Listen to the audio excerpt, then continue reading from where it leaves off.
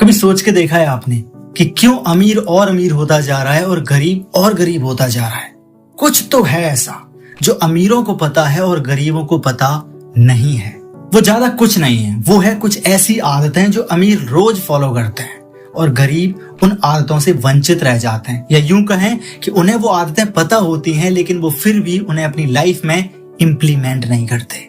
मैं इस वीडियो में आज आपको बताऊंगा वो 7 आदतें जो हर अमीर इंसान, चाहे वो मिलियनियर हो या मल्टी मिलियनियर, बिलियनियर हो या मल्टी बिलियनियर, कोई भी हो, बड़े से बड़ा सक्सेसफुल इंसान उन 7 आदतों को अपनी लाइफ में इम्प्लीमेंट करता है और अपनी लाइफ में जितना ज्यादा प्रोडक्टिव हो सकता है उतना हो जाता है।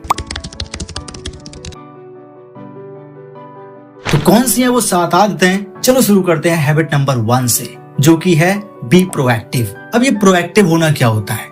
प्रोएक्टिव होने का मतलब होता है कि किसी भी काम की जिम्मेदारी खुद लेना बिना दूसरों को ब्लेम किए। जैसे कि हमारी लाइफ में कोई गलत काम हो जाता है या फिर कोई गलती हो जाती है तो हम ये कहते हैं इसमें तुम्हारी गलती है, तुम्हारी वजह से ऐसा हुआ है।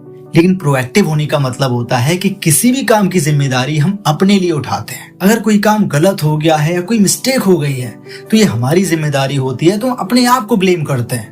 हम कहते हैं चलो कोई बात नहीं, मुझसे गलती हो गई है, नेक्स्ट टाइम से मैं इसे इम्प्रूव करूंगा।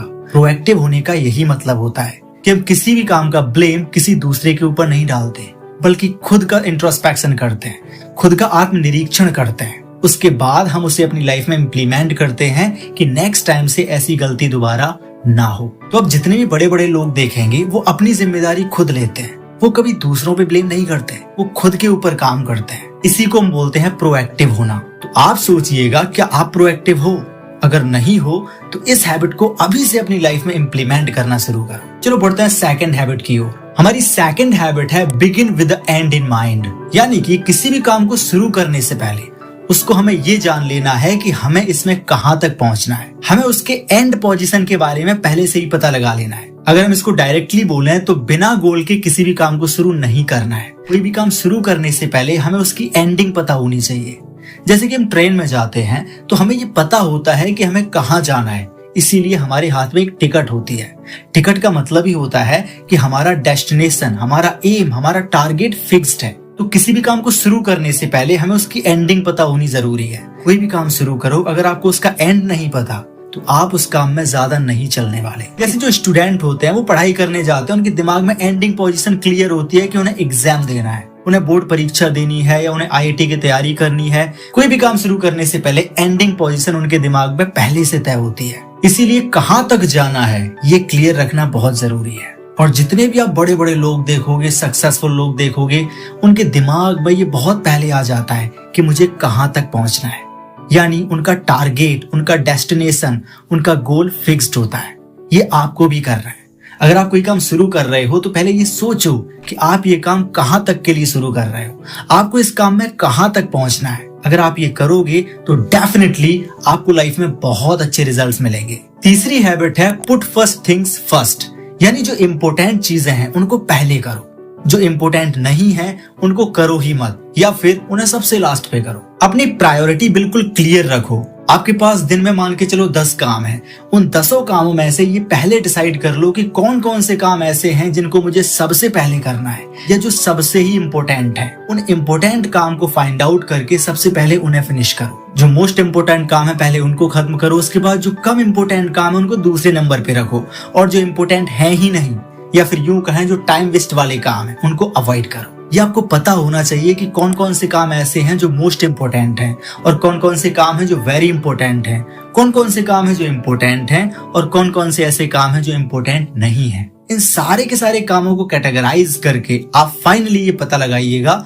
कि आपको कौन से काम कब करने हैं। ये हैबिट कहती है कि जो काम मोस्ट इम्पोर्टेंट है उनको सबसे पहले करना जरूरी है। हम लोग यहीं पे गलती करते हैं। हम लोग देखते हैं कि कौन सा काम आसान है, आसान काम को देख के हम सबसे पहले वही करना शुरू कर देते हैं। आपको ऐसा बिल्कुल नहीं करना है। आपको आसान काम नहीं, आपको इम्पोर्टेंट काम पहले करना है। और जितने भी बड़े बड़े लोग होते हैं ना, वो यही तो करते हैं। वो जो मोस्ट इम्पोर्टेंट काम होता है वो सबसे पहले करते हैं। वो आसान काम नहीं करते, इम्पोर्टेंट काम करते हैं। जैसे आप एक स्टूडेंट हो, आपको मैथमेटिक्स में प्रॉब्लम्स आते हैं या फिर आप मैथमेटिक्स में वीक हो और एग्जाम आने वाला है, तो आपका इम्पोर्टेंट काम होना चाहिए कि आप मैथमेटिक्स पे काम करो।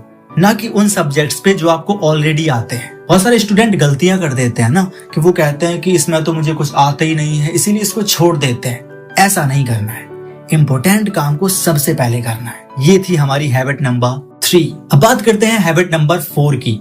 इसको बोलते हैं हम थिंक विन विन।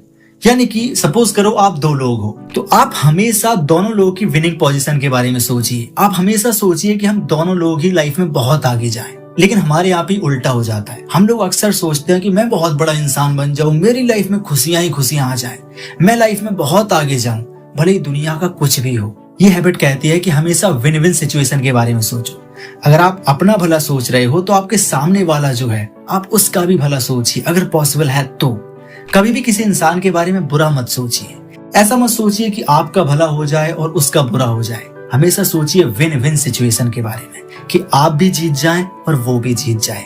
जितना हो सके अपने लोगों के बारे में, अपनी टीम के बारे में, अपने दोस्तों के बारे में हमेशा ही सोचिए कि मैं भी लाइफ में बहुत आगे जाऊं और मेरे दोस्त भी लाइफ में बहुत आगे जाएं। इसके लिए मैं जो हेल्प कर सकता हूं वो करूंगा। अगर आप ये विन विन सिचुएशन के बारे में सोचना सीख जाएंगे तो आपके रिलेशंस मजबूत होंगे, आपका ट्रस्ट बनेगा, आप लोगों के बीच फेमस हो जाओगे, लोग आपको पसंद करने लगेंगे। आप खुद सोचिएगा, जितने बड़े बड़े एम्पायर्स हैं, जितने बड़े बड़े बिजनेसमैन हैं, सक्सेसफुल लोग हैं, क्या वो हमेशा यही सोचते हैं कि हम ही आगे बढ़ जाएं? नहीं। हमारे रतन टाटा जी सोचा करते थे कि उनकी कंपनी में जितने भी एम्प्लॉयज हैं सब लाइफ में बहुत आगे जाएं। विन विन सिचुएशन, यानी कि हम भी जीतें और हमारी कंपनी के जो एम्प्लॉयज हैं वो भी जीतें। तो ये एक कॉमन चीज होती है सारे के सारे सक्सेसफुल लोगों में कि वो हमेशा दूसरों के बारे में उतना सोचते हैं जितना कि वो अपने बारे में सोचते हैं। तो हमेशा ध्यान रखिएगा, विन विन सिचुएशन के बारे में आपको सोचना है कि सामने वाला भी जीते और आप भी जीत जाएं। 5th हैबिट है seek first to understand and then to be understood. यानी पहले आपको सामने वाले की बातों को समझना है, उसके बाद खुद को समझाना है। यहाँ पे जो आपकी लिसनिंग एबिलिटी है वो आपका बहुत बड़ा रोल प्ले करने वाली है। सुनना बहुत जरूरी है, क्योंकि जब आप सामने वाले इंसान को सुनते हैं तो आप उसके बारे में और ज्यादा चीजें जानते हैं। सिर्फ रिप्लाई करने के लिए मत सुनिए कि मुझे उसको जवाब देना है। अगर सामने वाला कुछ कह रहा है तो उसे समझने की कोशिश करिए, सिर्फ सुनिए नहीं, उसको समझिए, उसकी फीलिंग्स को समझिए, उसकी बातों को समझिए कि वो कहना क्या चाहता है। अगर आप ये समझना शुरू करेंगे तो आप देखेंगे कि लोग आपको धीरे धीरे बहुत पसंद करने लगेंगे। क्योंकि बिना समझे अगर आप जवाब देंगे, सिर्फ जवाब देने के लिए अगर आप सुन रहे होते हैं तो बहुत सारी समस्याएं आ जाती हैं। जितने भी बड़े बड़े लोग देखते हैं, आप बिजनेसमैन देखते हैं, उनकी कम्युनिकेशन बहुत अच्छी होती है, यानी वे ऑफ टॉकिंग। वो जो बात कर रहे होते हैं उन्हें पता होता है कि अगर वो सामने वाला इंसान कुछ कह रहा है तो उन्हें समझना है। वो बोलने से ज्यादा सुनने पे और समझने पे ध्यान देते हैं। यही उनकी सबसे बड़ी स्किल होती है, सबसे बड़ी कला होती है, और यही उनकी सबसे पावरफुल हैबिट्स में से एक होती है। तो ध्यान रखिएगा, सुनना और समझना मोस्ट इम्पोर्टेंट है। बोलने से ज्यादा जरूरी है सुनना, क्योंकि जब आप सुनेंगे तो आप सामने वाले को समझ जाते हैं और इससे आप उसकी हेल्प बेटर तरीके से कर पाएंगे। हमारी 6th हैबिट है सिनर्जाइज, यानी टीम वर्क। जब आप किसी काम को अकेले करते हैं तो उसमें टाइम भी लगता है, एनर्जी भी लगती है, लेकिन जब आप उसी काम को अपनी टीम के साथ मिलकर, अपने दोस्तों के साथ मिलकर करते हैं तो वो काम जल्दी हो जाता है, इफेक्टिव तरीके से हो जाता है और समय से पहले हो जाता है। सपोज दैट आप कोई आइडिया पे काम कर रहे हैं और आपको उस आइडिया पे काम करने में, उसको एग्जीक्यूट करने में 6 से 8 घंटे लगते हैं, लेकिन वहीं आपके 2 से 3 दोस्त हैं। अगर आप उस आइडिया को अपने 2 से 3 दोस्तों के साथ शेयर करते हैं तो वो जो आपके दोस्त हैं वो आपको और आइडियाज देंगे, वो आपको प्रॉब्लम्स बताएंगे कि इस आइडिया में कौन कौन सी प्रॉब्लम्स आ सकती हैं, और हो सकता है उनमें से कोई दोस्त आपको ऐसा एग्जीक्यूशन प्लान बता दे जो कि आज तक कहीं पे इम्प्लीमेंट ना किया गया। इसीलिए टीम वर्क बहुत जरूरी है। आप अकेले किसी काम को मत कीजिए, आप टीम को लेकर के उस काम को करना शुरू कीजिए, क्योंकि जब आप टीम के साथ काम करते हैं तो उस काम के सक्सेस होने के चांसेस बहुत बढ़ जाते हैं। टीम में मोटिवेशन होता है, ये एक तरीके का बहुत ही ब्यूटीफुल माहौल हो जाता है जब आप मिलकर काम करते हैं। तो सिनर्जाइज का मतलब होता है किसी भी काम को अकेले मत करिए। अगर आप उस काम को टीम के साथ कर सकते हैं, दोस्तों के साथ कर सकते हैं, फ्रेंड्स के साथ कर सकते हैं तो उसको जरूर करिए। इससे आपको मैक्सिमाइज रिजल्ट्स मिलेंगे, क्योंकि डिफरेंट आइडियाज से बेटर रिजल्ट्स मिलते हैं और टीम वर्क से ग्रोथ फास्ट होती है। इसलिए ध्यान रखिएगा, अकेले काम ना करके लोगों के साथ मिलकर काम करिए, लोगों को साथ लेके काम करिए। इसमें अच्छा क्या हो सकता है, अगर आप अकेले कोई काम करोगे तो सामने वाला देखेगा ये अकेले अकेले कर रहा है तो वो अंदर से जेलस भी फील कर सकता है। लेकिन आप एक पावरफुल इंसान बनने जा रहे हो, आप एक जीनियस इंसान बनने जा रहे हो, तो जब आप उस इंसान से ये बोलोगे कि आओ इस काम को मिलके करते हैं, तो वो इंसान कहेगा अरे वाह, मैं इसके साथ मिल के काम करूंगा तो बहुत अच्छा रहेगा। तो जब हम सिनर्जाइज मेथड का यूज करते हैं तो हमारे लिए कंपटीशन खत्म हो जाता है। जो हमारे कॉम्पिटिटर बनने वाले भी होते हैं वो भी हमारे साथ बिजनेस पार्टनर बन जाते हैं, फ्रेंड्स बन जाते हैं। इस तरीके से हम बहुत बेहतरीन तरीके से, फास्ट तरीके से ग्रोथ कर सकते हैं। 7th और सबसे लास्ट और सबसे पावरफुल हैबिट जिसको हम बोलते हैं शार्पन द सॉ, यानी अपने आप को हर दिन हर पल इम्प्रूव करते चलिए, अपग्रेड करते चलिए। शार्पन द सॉ का मतलब होता है अपने आप पर काम करिए, बॉडी पे काम करिए, माइंड पे काम करिए, नॉलेज पे काम करिए। बॉडी को मजबूत बनाने के लिए एक्सरसाइज करिए, माइंड को मजबूत बनाने के लिए बुक्स पढ़िए, तरह तरह के एक्सपीरियंसेस कीजिए, ट्रैवलिंग करिए, मेडिटेशन करिए। तो कुल मिला के इसका मतलब यही है कि अपने आप को ओवरऑल जितना अपडेट हो सकता है उतना करिए, जितने तरीके से अपग्रेड कर सकते हैं उतने तरीके से अपग्रेड करिए। इसी को बोलते हैं स्किल्ड बनिए, अपने आप को मजबूत बनाइए, हर तरीके से कम्युनिकेशन को इम्प्रूव करिए, नॉलेज को इम्प्रूव करिए। और आप देखेंगे कि धीरे धीरे जब आप अपने आप को रोज 1% बेटर बनाएंगे, यानी कि आज आप जो हैं वो कल से बेटर होने चाहिए और कल जो आप होंगे वो आज से बेटर होने चाहिए। तो इस तरीके से जब आप 1 by 1 करके अपने आप को हर दिन बेटर बनाते जाएंगे और इस तरह आप देखेंगे कि आप धीरे धीरे परफेक्ट होते जा रहे हैं। और सीखते रहिए, आगे बढ़ते रहिए। तो दोस्तों ये थी वो 7 आदतें जो कि दुनिया के पावरफुल लोग अपनी लाइफ में यूज करते हैं। उनके अंदर ये हैबिट्स जरूर होती हैं और शायद इसीलिए यही कारण है कि अमीर और अमीर होते जा रहे हैं और गरीब और गरीब होते जा रहे हैं। मैं गरीबों की बुराई नहीं कर रहा, बट उसमें प्रॉब्लम ये आती है कि हमें पता होता है कि किस चीज से हमारा क्या फायदा होने वाला है, लेकिन फिर भी उन चीजों को हम अपनी लाइफ में इम्प्लीमेंट नहीं करते। अमीरों को पता होता है कि एक्सरसाइज करने से, जिम जाने से उनकी हेल्थ अच्छी रहेगी, तो आप देखेंगे कि वो करते हैं, वो एक्सरसाइज भी करते हैं, अपनी हेल्थ पे कितना ध्यान रखते हैं। और उसके अपोजिट साइड जो गरीब लोग होते हैं, मिडिल क्लास लोग होते हैं, उन्हें पता होता है कि गुटखा खाने से दिक्कत होती है, लेकिन फिर भी वो खाते हैं। उन्हें पता होता है कि किताब पढ़ने से नॉलेज बढ़ती है, वो नहीं पढ़ते।